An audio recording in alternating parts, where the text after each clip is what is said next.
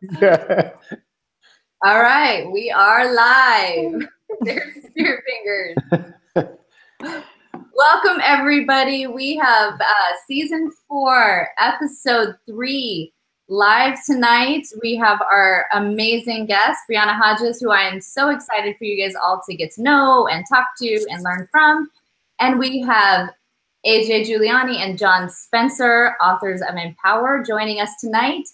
Everybody is here. Nobody's in airports. We have a few in hotel rooms, but it's going to be a fun night, and hopefully we have some good connection, and it's easy to hear everybody. So I just want to first shout out the crew today for all the amazing blogs. It's great to see the connections. Always love your posts, love seeing what you guys are learning, and always love how you're connecting with one another. So thank you. Keep doing that. Make sure you're commenting and sharing one another's. That's how we learn and that's how we grow. And we are going to dive in tonight. Our theme for this week is innovating inside the box. So it's amazing to have Brianna here, who really is in a school district doing this work, learning, growing, and continuing to share all that she does. So I'm going to turn it over to Brianna to share a little bit about who she is. And first, before I do that, I had a chance to, I think we met almost a year ago. I don't even know when it was, but I was immediately just drawn into her story and the way she approaches her work. And I'm super excited to have you here tonight. Well, you know, us English teachers, we're good people. So especially middle school English teachers, we gotta, we gotta represent. We gotta definitely, kind of change the world one step at a time. But I'm pretty sure all 4 of us have been middle school language arts teachers at one point in time. So there we go. Something about middle school language arts teachers. I'm not gonna lie. There is a thing about middle school language arts teachers. That's very true. That's very true. We are definitely the bravest souls of the bunch for sure. But I am the director of digital learning for Stephenville ISD in Texas, and we are a fairly small rural area. We went through our one-to-one initiative, I guess. We refer to that as our I Champion Learning Evolution about 3 years ago. And I've been fortunate to be a part of it from the very beginning. And one of the things that we've done is our situation is really unique because we have 2 grade levels per campus. So we started out with our 3rd graders and we rolled up. And it was a really great opportunity to really just kind of build the learning experience. We got a lot of pushback from our high school, I will say, because they wanted to be first.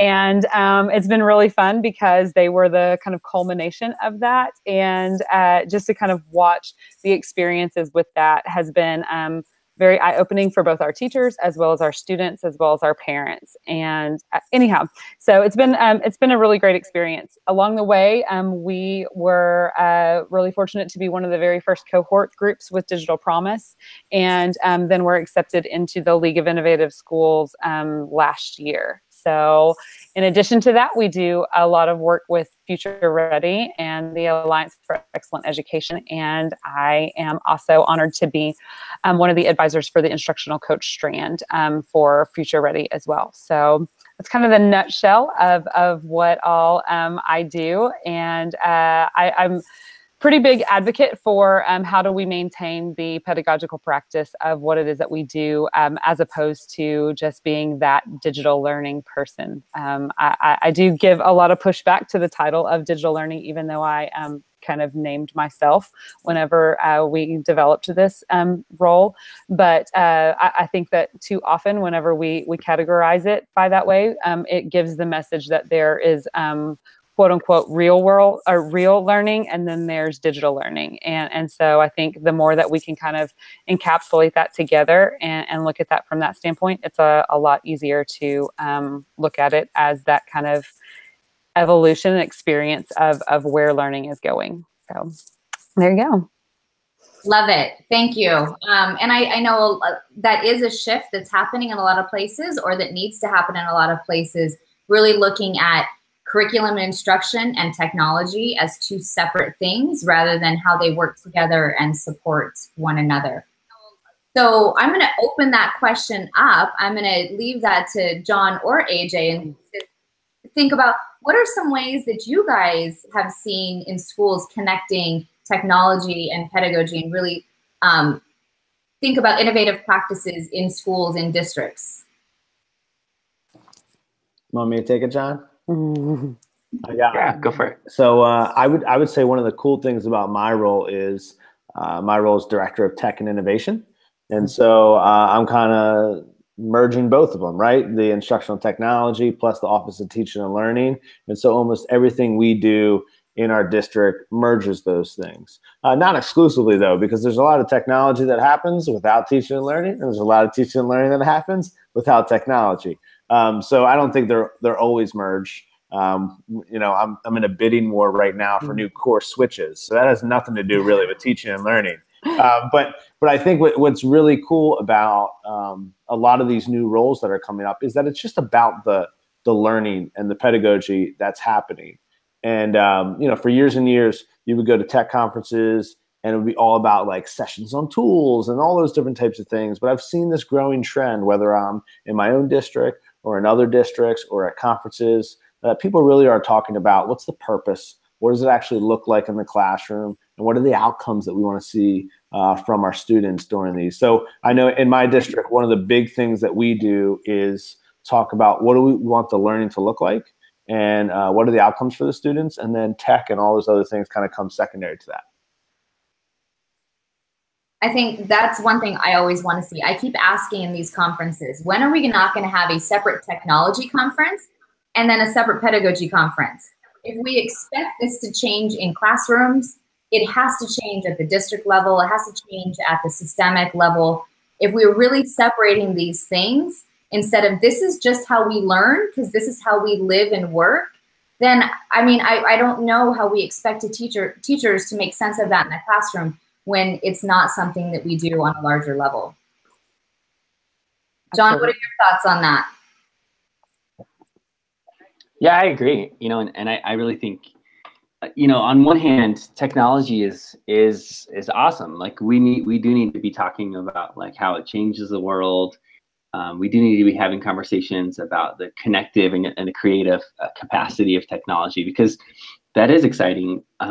But what drives it is the pedagogy, is the human connection, is all of that. You know, my most powerful learning experience was doing this History Day project, and that shaped everything I believe about teaching and learning and project-based learning and student ownership and everything.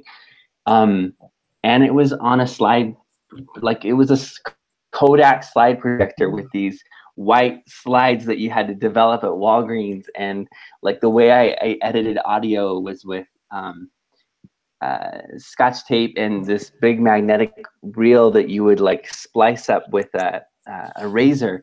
And the bottom line is I learned all of these really important 20th century technology skills, like unjamming a projector, or how to deal with how to find good microfiche or whatever.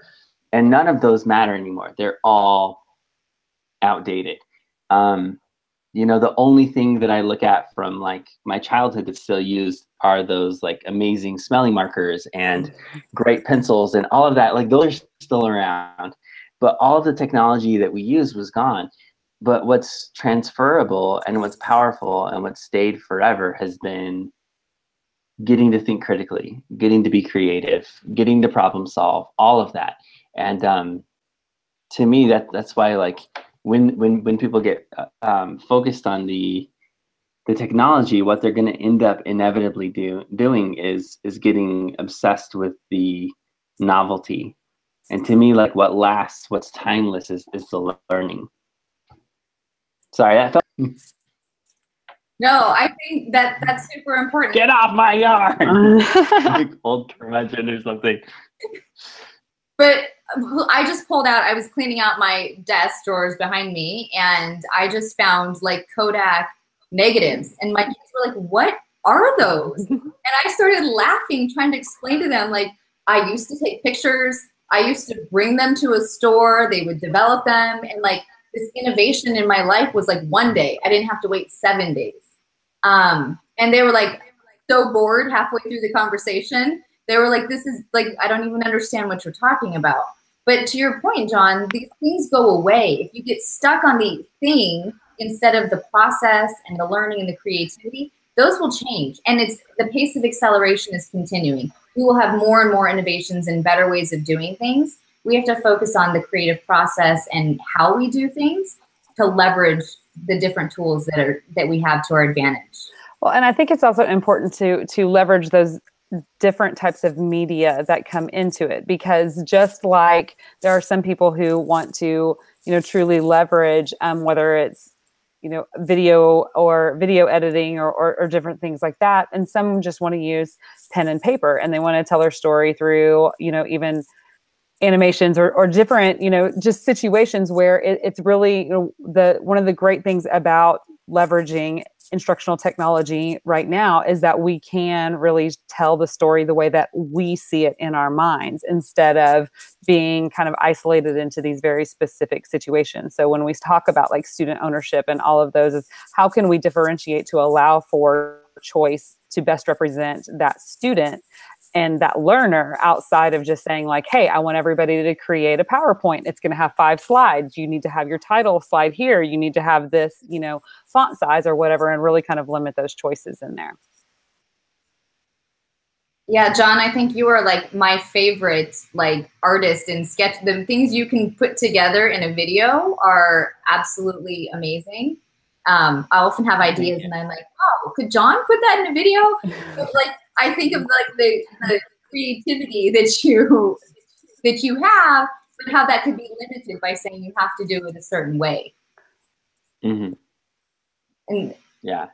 Well, and I think, so how many times, because I definitely don't have those skills. Like I would like to believe that I do. But I always say that like, how many people are really challenged by drawing a stick figure? Right. And so like, if you look at that learner and you say, hey, I want you to do this project, and it's going to take them 17 hours or 17 seconds, and they're still going to come up with the same stick figure. Like how much critical thinking is that learner then going to put into that experience? Whereas if you provide them with opportunity where they can, kind of become Steven Spielberg and really kind of represent this genius in lots of different ways, and take what's in their mind and actually put it into action, then you're going to have that critical engagement and opportunity for them to kind of divide up their mind and make it happen even better.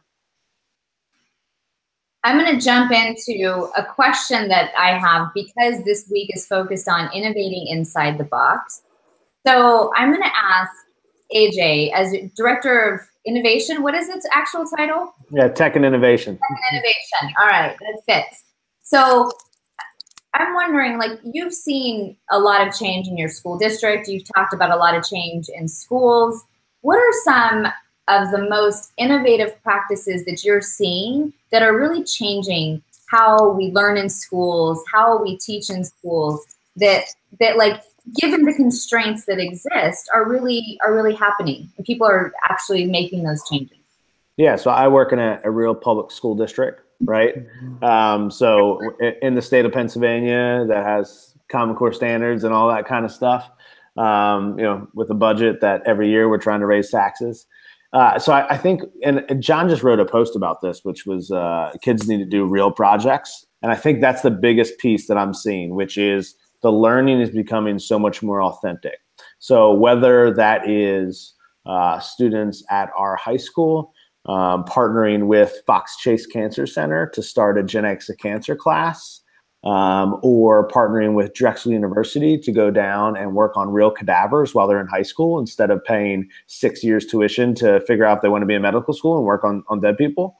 Or if it's a partnership with St. Joe's University and University of Pennsylvania with our AP Psych students and our biology students who are doing experiments on rats and then building their own rat lab in our high school. So like all of these are kind of like truly authentic experiences where the kids aren't just doing work for the teacher, right? So that the game of school has been completely shattered. It's not just for fridge art. It's not just for the teacher. It's for themselves, but it's for a bigger audience. So when we have middle school students that as part of their math class are creating actual products that they're going to bring to a nursing home, and using the math to create those products. Like that to me is the biggest change that I'm seeing in schools, is that because the technology allows us to connect with people and find mentors and all those different types of things, we're able to have experiences that, you know, I never had when I was in school. Those authentic pieces. And because it's like a snowball, right? Where one teacher does it and then one class does it and then the kids see it and they talk about it. It's grown so large in my school district that every time we host people for visits, and we do so probably 4 or 5 times a month of visiting schools, or, you know, we just had a delegation from China, 25 educational leaders visit. Even though they're asking a lot of questions about all the different things, it always comes down to those partnerships, and everybody is kind of awestruck of how you get there. And we just respond. All you have to do is write an email. All you have to do is make a call. There's nothing fancy to it. There's not like you have to have some big program, MOU, blah, blah, blah, blah. List 20 organizations that you think you could partner with and just email them. Have the kids email them. And I guarantee you're going to have that authentic connection come out. So that's, to me, the big piece of learning that I've seen that has kind of shifted the corner in the past number of years. That's such a good point, AJ. I think we, in a lot of ways, overcomplicate things in education. And like you said, you don't need an organization. You don't need to have you can really just send emails. I have organizations tell me all the time, how do we partner with schools? How do we do this work? And people want to help schools, but they don't know how. They don't want to just send in money. They want to actually be part of this work. There's lots of actual companies that put this in their company's memorandum, that people have time to work with schools. One of my colleagues, Ed Hidalgo, if you've read the book, I mentioned him a few times, just had a conversation about NEPRIS. You can bring in people using NEPRIS. People there's free calls, you can have experts, but people are looking to connect with kids because they also want to have an impact in their life. They want to see the work they do makes a difference as well. So yeah. I love that. Yeah, and it's the teachers too, being empowered and being supported by their administrators. We had a life skills teacher and a business teacher who were talking about how all the life skills students, a lot of them were working at a local ShopRite. And they got talking and collaborating because they had some time to do that. And they asked the principal, hey, can we reach out to ShopRite? He's like, go ahead. They reach out to ShopRite. Now we have a full functioning ShopRite inside of our school that our kids work at. And our kids also run the business side of it as a class for credit. And teachers go in there and shop all the time. Anybody can come in. It's a real register, real everything. It's stocked every single week. That happened because a couple teachers got together, but also were supported and were made time for by administration and kind of praised to do that as well. So I think that other end of it is a big piece of administration really empowering the staff to do some of those things. So that was a question I wanted to ask you, Brianna, we talked earlier about how do you empower people to do this work? Like as a coach, as someone who's like up with teachers, supporting them in this work, working with administrators, how do you empower people and support them to understand what's possible and to make these changes in their classroom? So one of the things, I kind of have a couple thoughts on this. One of them is, so I have a little bit of a unique situation in that I am graduated from the same school that I now serve in. And so because of that, it's a small community. And so one of the things that we are really challenged by is helping our students, kind of piggybacking on AJ saying about the authentic experience of like, okay, so what happens? How are you actually going to do something beyond this community? Like what's out there and possible? And so one of the things that I did was I reached out to a lot of the people that I graduated with and said, okay, hey, what are you doing now? Can you, hop on a hangout with us and kind of walk through these situations? And one of the guys that I went to high school with is the senior sound guy for Blizzard Entertainment. So they make this little game called World of Warcraft. Yeah, just and if a you're little, just a little game, right? Like especially like if you're in middle school, right? You kind of think it's a pretty cool deal, right? And so what is that? I've never heard of it. It was pretty fantastic to kind of bring in this opportunity, and so it was awesome because Jay basically he went to his people at Blizzard and said, I want to show these kids like how I went from this tiny little Texas town to, being here in California and coming up with, what are these noises that these, people make, like these, mythic creatures that there's not really, how do we even come up with what they sound like, what they look like, all their actions and everything like that. And so we actually had to sign some agreements that said that we wouldn't, publicize like their little secret mixes and all these different things. But it was so awesome for him to, kind of represent this of like how, his kind of journey of how he went from, from being, in Stephenville, Texas to kind of having that. And so, so I say that because sometimes we forget about that opportunity, that it's not just these massive corporations or organizations or things like that. It can be something as genuine as, hey, here's a community member and this is what they've done, or they have a family member who's doing something, and we want to showcase like what does that look like in that environment. So then the other part is I often challenge our teachers and our administrators to, so I steal this from what I used to do in my classroom as an English teacher, when we would kind of walk through how do we, in approaching like persuasive text and things like that, I would have our kids, I called it our heartbreak story. So like, how do they identify with something that is a social concern? And so they would kind of walk through like, how did it break their heart? And then why do they want to make a change that way? So I challenge our teachers and our administrators to think about a student who is kind of maybe slipping through the cracks, like not the kid who's like knocking it out of the park no matter what, that like could have the cardboard box as a teacher and would still be doing amazing things, but that kid who's not reached, that is, just struggling, whether it's because of content or whether it's because he, maybe isn't assessing the way that the state believes that he should, because, we have those lovely little standardized tests. And, so how can we improve that environment for them? And when they're able to come in and really kind of leverage that opportunity, then it helps them kind of move beyond this, oh, here's this instruction initiative that administration is asking us to do, and we're just going to go in here and check the box because this is something that that we've been asked. And so that's been a really great opportunity for us to kind of walk through that and get some ownership from our teachers as they kind of challenge themselves to improve that situation. It also helps us move beyond this, we can't do this because you're asking us to do too much. It really kind of humanizes that experience for our teachers to move from the, oh, I'm just a teacher and I'm not the one who can actually make the change, to, you're darn right, I'm just a teacher and I'm going to change this whole world for this kid. And how am I going to, help them be the great kid that they are? Because we don't accept it as a teacher to have a student walk in and say, oh, I'm just not good at writing, or I'm just not good at math. We do everything that we can to connect to that kid and bring our content alive for them. And so it's really kind of been that, how do we empower them and help them, use their passion for good in that situation? Yeah, empower. It's such a thing. I mean, we have these guys. I feel like there's a book about that, like how to empower people. Heard about something. Heard it has some good drawings in it too. Some nice sketches. Surprise! Wrote a book. So I just want to kind of share a thought about this, and it's, although I think it's important to launch to an audience. I mean, AJ and I have had this conversation.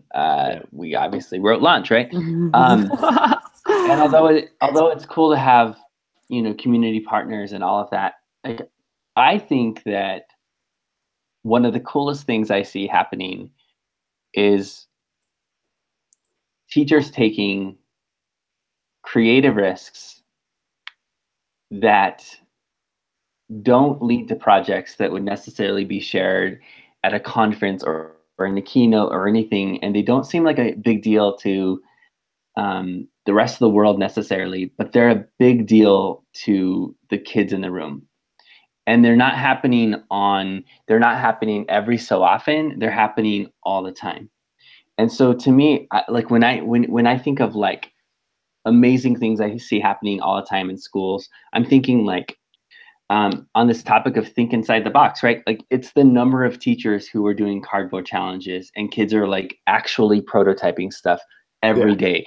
It's the number of kids who like the teacher didn't have any budget, so they have Raspberry Pi and Arduino and one pack of Snap Circuit, and they've managed to create this like totally awesome set of centers that kids are rotating around, and they don't have a fancy makerspace, but they've turned their class into a makerspace. It's the number of teachers who are like, my kids are going to blog and they're going to send it to a real audience and they're going to write about things that they love about. And to me, that I think is what's exciting, is to see all of these teachers who could be handing out worksheets and packets that are saying instead, my kids are going to be makers, my kids are going to be thinkers, my kids are going to be creating on a regular basis. And I don't know if it's going to work or not, but we're going to try it. And they're taking the constraint of what's there, no money, few supplies, whatever it may be. And they're saying limited time, tight curriculum map. And they're saying, we're going to make something awesome with this constraint. And I think that goes back to what AJ was talking about. You don't have to have this huge partnership. You don't have to, you mentioned like this perfect project. We've talked a lot about in all three books, this notion of like perfection being one of the major constraints, and it holds people back because you think you have to have this great project. They suck a lot of times to begin with. The first time you try something, it's not great.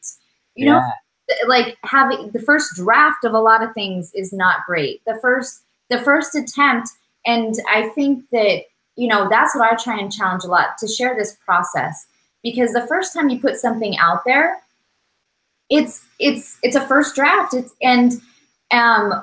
We're afraid of that in education. We're afraid of that as teachers, as principals, and thinking we need to have it perfected. And there's lots of really pretty lesson plans and lots of great ideas.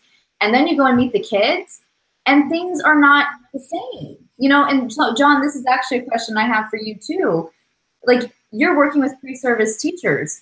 We are teaching our teachers from day one that like a 5-page lesson plan is the way to do it, and to over-prepare and have this perfect lesson plan so that you know what to expect every minute. I mean, I was taught, and I went through a prep program, but I was taught, script out what the kids are going to say. They didn't say that when I walked. Yeah, it drives. What do you do? Yeah. And a lot of states have things like the EdTPA, which gets them to do that to the extreme.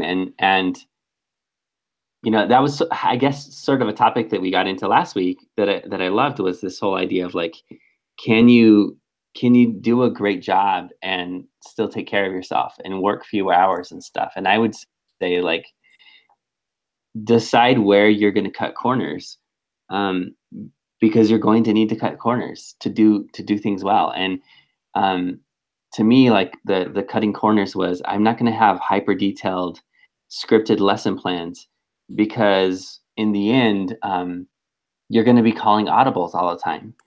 You're going to be modifying things and adjusting things. And it's more about getting the fundamentals right about what kind of cool projects you want kids to be doing, connecting to what you really deep down inside want them to learn. And that's exactly it. You know, it doesn't have to be the scripted lesson plan. It also doesn't have to be the most beautiful, you know, Pinterest-worthy classroom. And it doesn't, I mean, there's all these things connected to what we think it's supposed to look like. And really, like, the bottom line is getting into the perspective of the student and getting into as much as you can into their mind in terms of surveys and interviews, and even just empathy, and asking what really matters to them. And then from there, which I love that thought that you had, Brianna, about like the story of the student, like getting into that and then ultimately asking what really empowers them. And chances are it's not a scripted lesson plan. Like, it's probably not that at all. Sorry, I feel like I gave a long answer to a simple question, but yeah, no. It drives me crazy in higher ed, because it does set the tone for an unrealistic side, and people will spend too much time on the things that don't matter and not enough time on the things that do. So that's a perfect segue. I know AJ has to leave us to go to swim practice because he is juggling all the things. Ask you to answer this, and then you can rock out and do your dad stuff. This notion of, you just mentioned this, John, about people are different, obviously, and different things inspire them. So Todd Rose talks about jaggedness in the myth of average, and people have different strengths. So I'm wondering, AJ, before you leave us, let us know, like, how do you craft opportunities? You're at the district office. How do you, at the district office, or how do you see this happening for teachers and or students to really showcase who they are as individuals and learn in ways that empower them? I think the biggest mistake district administrators or even building-based administrators make is to be the one that has all the ideas. I think it is by far the leading cause of teacher burnout, of ideas not spreading, of initiatives failing, is because it's just one person or an upper level committee's idea, and then everybody's just supposed to fall in line. And it's just treating people to be compliant, because if it's your idea and you want them to do it, then it's the same thing as being a teacher and just telling the kids to do this, this, and this. So I tried to not have any ideas, really. I try to get into conversations with people and ping pong back ideas and things like that. But my main goal is to do four things: is to allow for teachers and any staff member to have ideas and to have a forum to share those things and to feel like they're valued. I try to make time for the folks to have those conversations. I try to support what's already happening and build those pockets into bigger kind of cultures of creativity and to showcase that. And then I try to praise those things so that, as Albert Bandura's social learning theory, if you praise something, you don't have to get praised individually, but if you see a peer getting praised, you'd want to do what they do as well. And so I think partially my role is just to listen and learn and then lead, mostly by doing those four things. And I've worked with so many different administrators that have been praised for being the ones that have the ideas. And then at some point in time, that really hurts the organization big time. So in my district, when the teachers have ideas, those things fly, man. You got runners, you get buy-in, people are doing awesome stuff. John spoke at a TEDx that was happening at my one district, and he can tell you the students ran the whole thing. And and the cool thing is they wanted to run the whole thing, right? Like no one told them to do that. It was their idea, doing the green room and getting everything set up and doing the theater stuff behind the scenes and all that kind of thing. And those are the experiences that we want. And so I think, when you talk about how do you build that and create that capacity, the main thing is to not to be the idea person, even if your title is Director of Innovation. Very innovative. Yes. Awesome. Thank you. I appreciate you jumping in. I know your schedule is super tight, and we are grateful for your thoughts. It was fun. You have no ideas, but grateful for you to join the conversation. Yeah, I got no ideas. I got nothing. All right, thanks, guys. Yeah.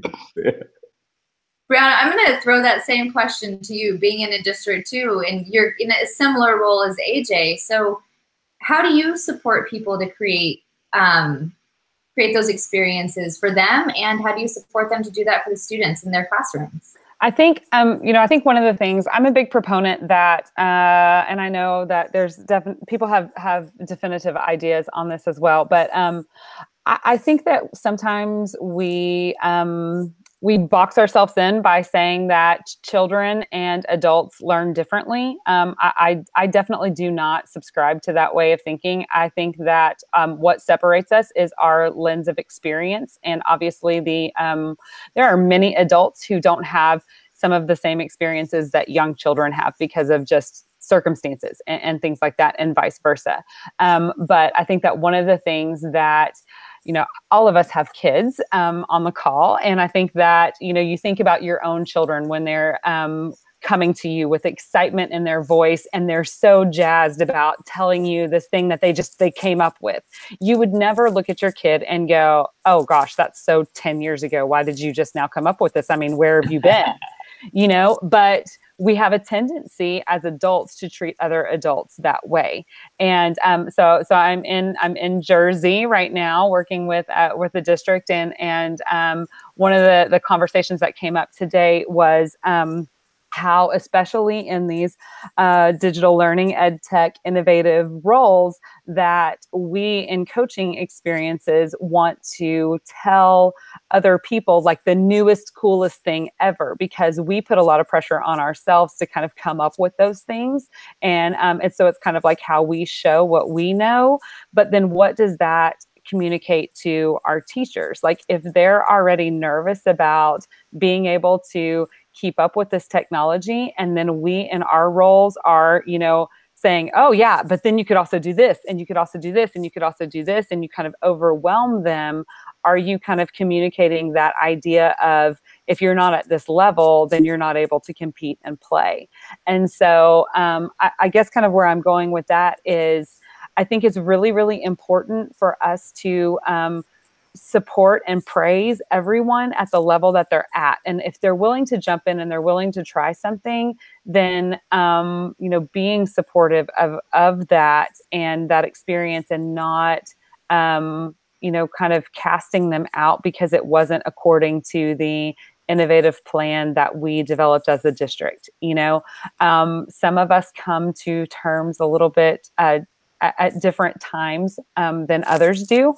Some people want to watch and see how other people have experienced it before they, is the pool cold? I want to know if other people think it's cold before I jump in, right? And so they kind of want to feel it out as they go through that.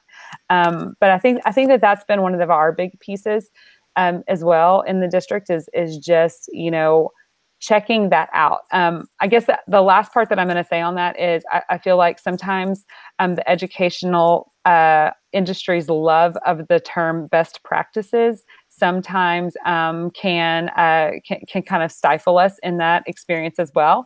Again, having more than one child of my own, I always say that, like, how many of you, did you have the first child that was just so compliant, so wonderful? Like my oldest, if I looked at him and said 1, 2, he would like straighten up and stop breathing and fall into line with whatever I was asking him to do. But my youngest, if I say 1, 2, she puts her hands on her hips and looks at me and she's like 3, 4, 5, and I was, taken aback by this. I mean, I thought I had it down. I thought I was a really good mama, with the first one. And then the second one comes out all sassy. I don't know where she got that from, but I can't imagine, for this child I've prayed kind of thing. But it is, I think it's one of those things where we think that just because it's been done well this one time, that's what we want every single person to just kind of lather, rinse, repeat that. And if we wouldn't want that for our students, why would we want that for our teachers? There's so many thoughts I have on that, Brianna, but I think for me, there's this tension around, like you mentioned, the innovators, and there's this stigma around people who are trying new things and using new tools, and pushing that on other people and saying, like, you're not a good teacher if you're not using all these new things, or here's this best practice, why aren't you trying this? And I think it does a disservice in our schools to the culture, but like ultimately to kids. And if this badge of like, I'm good because I use all these new apps versus what are my kids learning? And I just think, George talks about an innovator's mindset. I know we all have really focused on this point that really it's about pedagogy. It's about what the kids are learning, but what the individuals are learning, not what the greatest, latest technology that you're using. And I think that is one of the barriers that comes in classrooms and it comes in our schools, is that we're always trying to add more. And I feel this is the sketch note that I want you to do, John. It's like this like layer of more and more and more that is just like suffocating our teachers. It's suffocating our kids because we think that we keep having to add on more instead of trying to really figure out this integration. what do we want kids to learn? What do we want them to know and do? What are the best ways to learn that? And try and figure out how do we integrate all of these ideas and the best practices, and what's that next step, and then what conditions do we need to support that? And you know, I talk about this in the book as the innovation ecosystem, rather than like we're PBL and Avid and Thinking Maps and No Excuses and there's all these programs. What is it that we really believe about good teaching and learning, and how do we lead in a way that helps make sure that that happens? So I think that's really important, and it's really hard to do, because I have sat with so many teachers who are just frustrated, and they feel like they are just demeaned by their colleagues because they don't know the latest and greatest, but they really care about their kids and they want them to do really well. Well, I think there's also of we're all after this personalized experience for our kids. We want them to own their learning and it to be very unique to them, but we are also kind of held captive in this standardized world. So how do you have a personalized experience in a very regimented, standardized situation, right? And we've, as educators, have done this, you know, to ourselves, as well as, you know, from a social standpoint of, well, we want this, you know, we want this experience to be the same for everybody. That whole, what is fair, right? Like I had a teacher who used to say, fair is a place where you go to get a corny dog and ride the Ferris wheel, you know, but at the same point in time, it's that how we want this equitable and accessible environment for our kids, but it's also really difficult to kind of wrap that personalized experience within that constraint, because what is going to work really well for John might not work well for you. And how do we become okay with that? Knowing that we're also going to have to answer to the parents of well, how come Bobby got this grade? And this is the quality work that their student did. I want to know how it all kind of adds in together. So, John, I want to get your thoughts on that, because I know you have some really good ones, but I want to first just pause. We are at about 15 minutes left, and after John shares his insights, we're going to answer some questions from the viewers. So if you have a question, throw it on Twitter. Make sure you hashtag iMOOC so I can see it, and we will answer your questions. But I'm going to let John share some of his thoughts on that before we answer questions. Yeah, you know, I think I think it goes back to that idea of being focused on the novelty rather than on what's timeless, what's sustainable. You know, I remember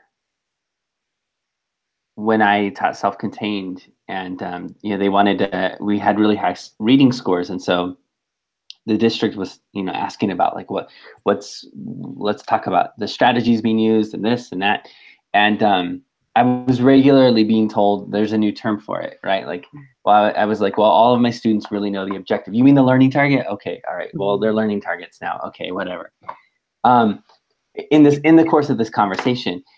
And the district office people were really kind. Like they weren't bad, but it was like, in the end, what I was saying, like what really allowed them to do well in reading is that we read. Like that students spent 35 minutes a day silently reading for fun. And again, I was like, so, you know, it's basically SSR, which is what I grew up with. And they were like, oh, no, don't call it SSR. Call it anything else. Just don't call it that, because that's not what it is anymore. And I was like, well, okay. But it, you know, it's one of those things where, you know, it's not a journal anymore. It's an interactive notebook. It's, you know, the terms are always changing. And there's slight tweaks, and there's nothing wrong with a new term. And there's nothing wrong with coming up with something different. Wow. Sorry, someone's calling me. Not my phone. All right. Sorry. So I just think, you know, I love this idea of exploring new ideas and finding new strategies and everything. But I really think that what should be driving us is the question of like innovating out of a desire of finding what's best, not what's new. And I know that's something George talks about a lot, but it's, you know, because we do get fixated on the novelty, and then it is this weird one-upmanship about who knows what. And I get that all the time, like, because my specialty is technology at the university, and they'll say, you don't know blank app? And I'm like, there are thousands of new apps every single day on the iTunes store, like, or the App Store. Like, I'm not going to be able to keep up on what's new, but I'm going to do my best to try and keep up with what works and what's best for kids. And that's what's going to always excite me. So I don't know if I responded to what you said well enough. I don't know. I love that. Anytime you focus on students, and same thing, I'm always like, well, Katie, you're the ed tech girl. I'm like, no, I'm not. I'm about teaching and learning, and I just happen to work in a center, you know, I used to, that focuses on how to use technology. But we get pigeonholed in that. I dream of a world one day where you're not the pedagogy person or the tech person, where you're about learning and you have different roles to support that. And ultimately, we all just know we're focused on kids. And I think, Brianna, you mentioned that, like, your role, you're actively fighting against the title. There will be a day soon, and I see it on the horizon, where we all are just there to focus on learning. And we use the tools that support us, and there's great tools to do that, and it won't be so divisive. So I have a question for you guys. Lindsay Babzak, I hope I didn't butcher that like George does sometimes, but if I did, I apologize. How can we empower and inspire our colleagues to try along with us by sharing, and not just get received as bragging or doing more? That's a good question. I see that a lot. So just how do we share and inspire people without, like, oh, you think you're so great? So I think that a lot of that has to do with how we're saying things, like our messaging that comes along with that. You know, is it the, hey, this is something that I tried, or is this, let me just tell you how you need to do things, you know? And I think that there are, I think that words matter. And I think that the intention and how we are kind of positioning that is what becomes really, really important. I think it's also, you know, where does that focus go? Is the focus for the student learning? Is it for, you know, this is the outcome, the expectation that we were trying to achieve, and we're putting that out there? Or is it the, you know, let me tell you about the fantastic cake that I baked this weekend, and it's going to change your life? You know, where is that going to come in? And I have an idea connected to this as well, and it's that every teacher wants to be validated.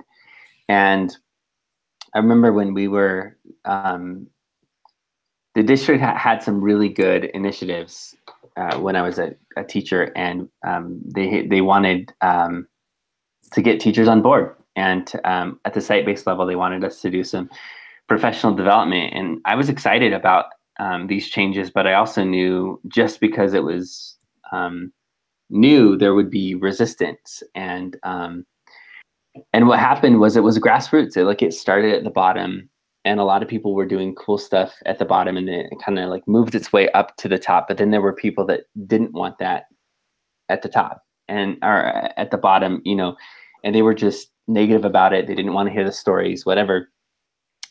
And I realized, like, what they wanted validation for the good stuff that they had been doing for a long time, and that they wanted to hear that they weren't bad, and they wanted to hear that that they didn't just need to change. Like, that was how it was coming across.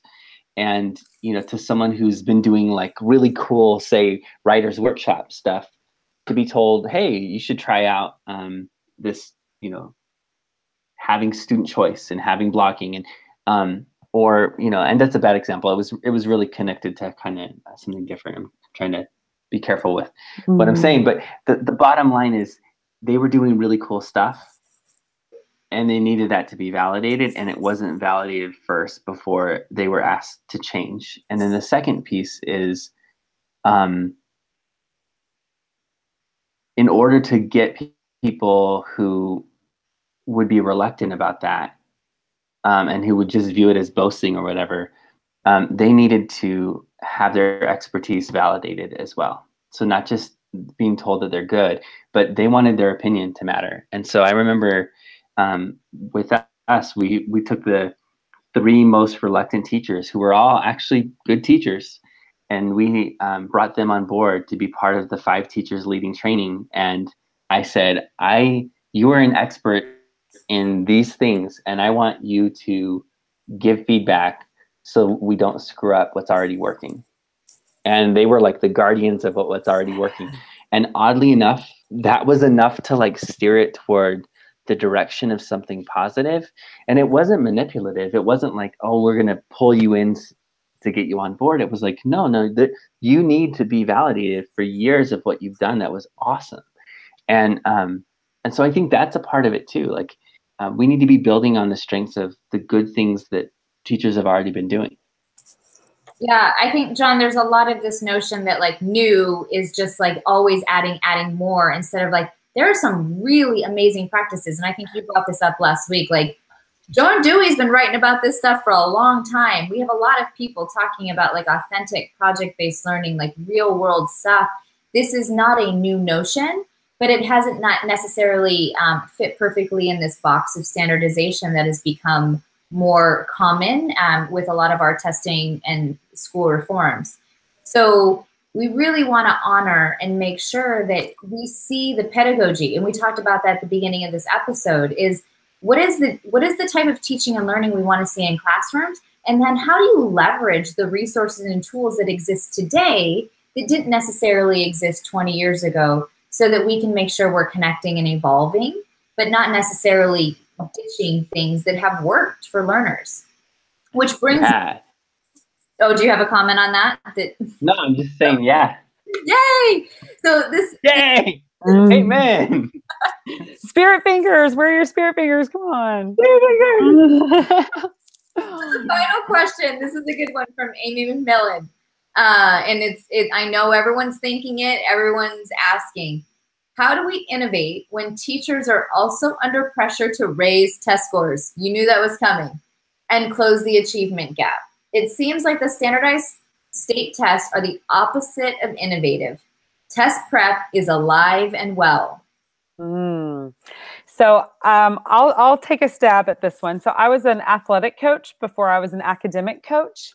And I often talk about how one of the things that I coached was shot put, both boys and girls. And so one of the things that I always required of my athletes was that they were going to throw heavy. We were going to throw heavy in practice every single day. And part of that is, why do we throw heavy? Because then whenever we're in our kind of our assessment situation, then when we throw what's actually expected of us, we have that much more distance. And so kind of going to a comment that you had made earlier, John, about like, how do we develop reading scores, right? Like, how do we actually improve upon these things? Well, we work really, really hard, and we dive into deep and complex texts so that we can really kind of tease out and really kind of examine those things. So I taught what in Texas, what is called the Student Success Initiative. So if you don't pass 8th grade reading, you're not moving along. It's that high stakes. This is where we've got to come in here and do this. And that was my approach.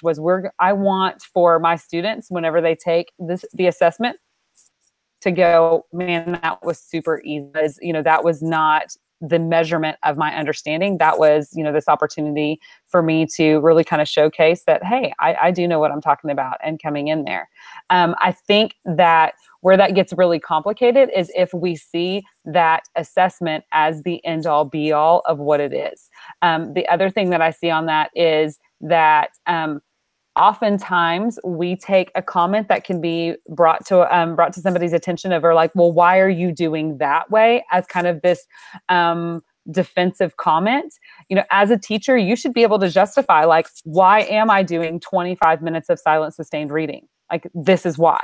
you know, if, or this is why I'm utilizing this application, this technology tool, because it's going to give me X, Y, and Z. Like, we need to be able to confidently justify our learning objectives and the pedagogy practices that go into that. And if we're not, if we're just doing the app to do the app, or do the iPad to do the iPad, or whatever the case is, then we're not really going to be able to deeply answer that question. Yeah, definitely.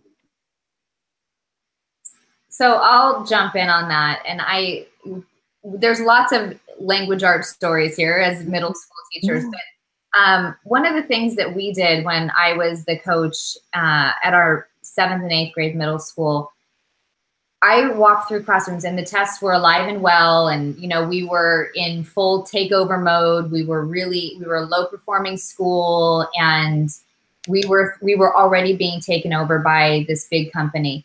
And I was being pushed to make sure that teachers did benchmark tests every month on standards they had not mastered. They were end of the year standards, but that was the benchmark test, and they were pushing me. And we just said no. And no one came and took me away. We said no.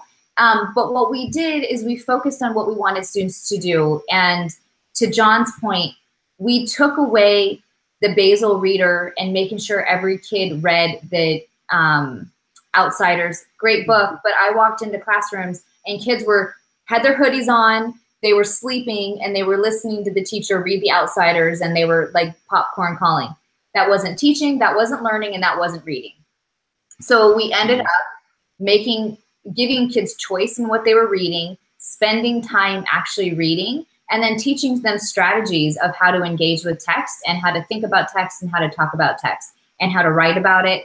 And over the course of the year, really focusing on the skills we wanted kids to do, not the test prep, helped us think about, helped kids develop the skills and really see themselves as readers and writers.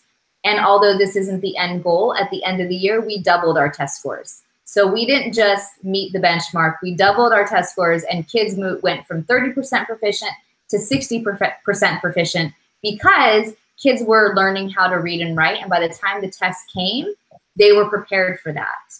So that's not going to happen. That took a lot of work. It took a lot of time, but it also took a focus and a commitment to doing what was right for kids and supporting teachers to really think about giving their kids voice and choice in the classroom and not just going through a set of benchmarks and tests and analyzing data that wasn't really informing instruction.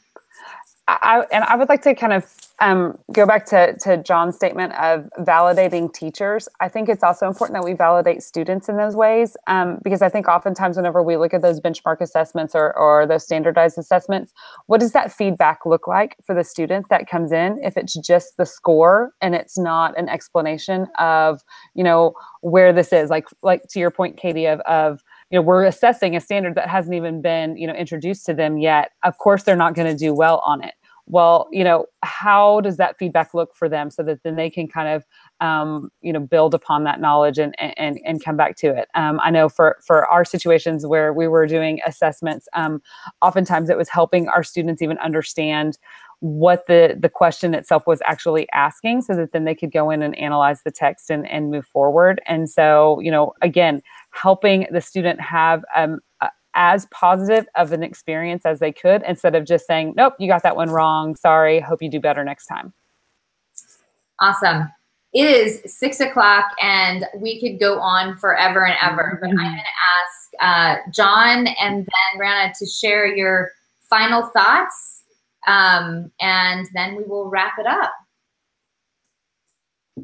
Yeah, I think my final thought would be, I'm going to kind of answer that standardized test one and just say that when you teach in a way that increases engagement, then you will increase learning, and eventually that will lead to better test scores.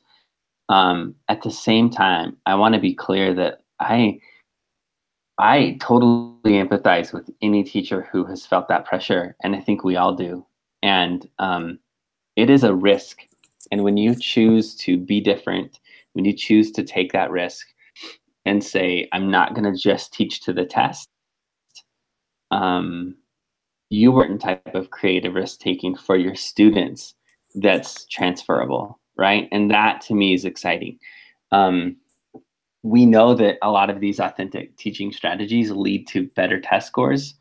But at the same time, it drives me crazy that we even have to have these tests.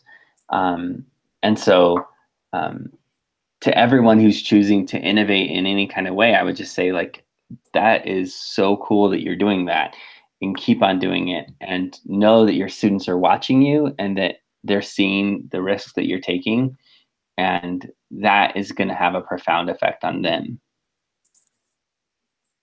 I love that.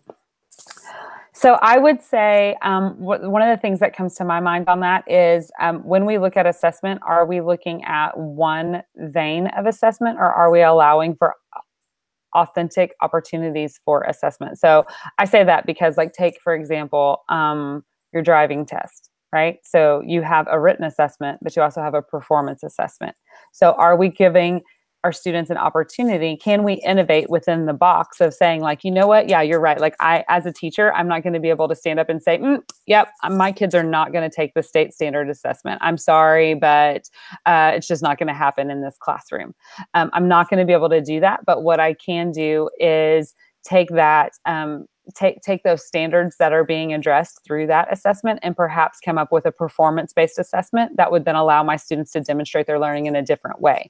Is that then going to give them an opportunity to increase their confidence, to increase their fluency, so that then they can turn around and say, you know what, I do understand this information. This is how I can represent that, and get that in, get kind of the confidence in that, so that then they can, you know, better represent that through the quote unquote standardized way of taking it. And so I guess just to kind of like circle back in that of, if we're talking about how do we innovate within the box, you know, it is saying, like, okay, here's the things that I've been given in my little chopped basket, and I've got to, you know, keep these things going, but I can make it a little bit more palatable for different students in order to feel like they are actually able to demonstrate their mastery of learning, instead of just fitting into that single one way of making, you know, chocolate chip cookies, because that's the way that it's always been done. Awesome. I'm going to cheat and channel George just to close this out. And the standards tell you what to teach. They don't tell you how to teach it. And I think that is the essence of the conversation tonight, and really thinking about innovating inside the box and understanding who you serve and what they need, and how you can be creative and thoughtful to meet the goals and to help them get where they need to be. So that is it for our episode tonight. Thank you all who have joined, and your questions and your comments. It's been another great conversation. Thank you, Brianna, for joining us. We loved your insights. Thanks, John, for being here, and AJ, of course. Yeah. To the community, we are taking a break from our Wednesday Facebook Live. I think it's spring break, and Allison, I think we're going to take a break until next week. But we have our Twitter chat, always fast and furious, on Thursday. So join us, keep blogging, keep sharing your thoughts, and we look forward to reading and learning from and with you. Thank you. Thank you. Yeah, thank you.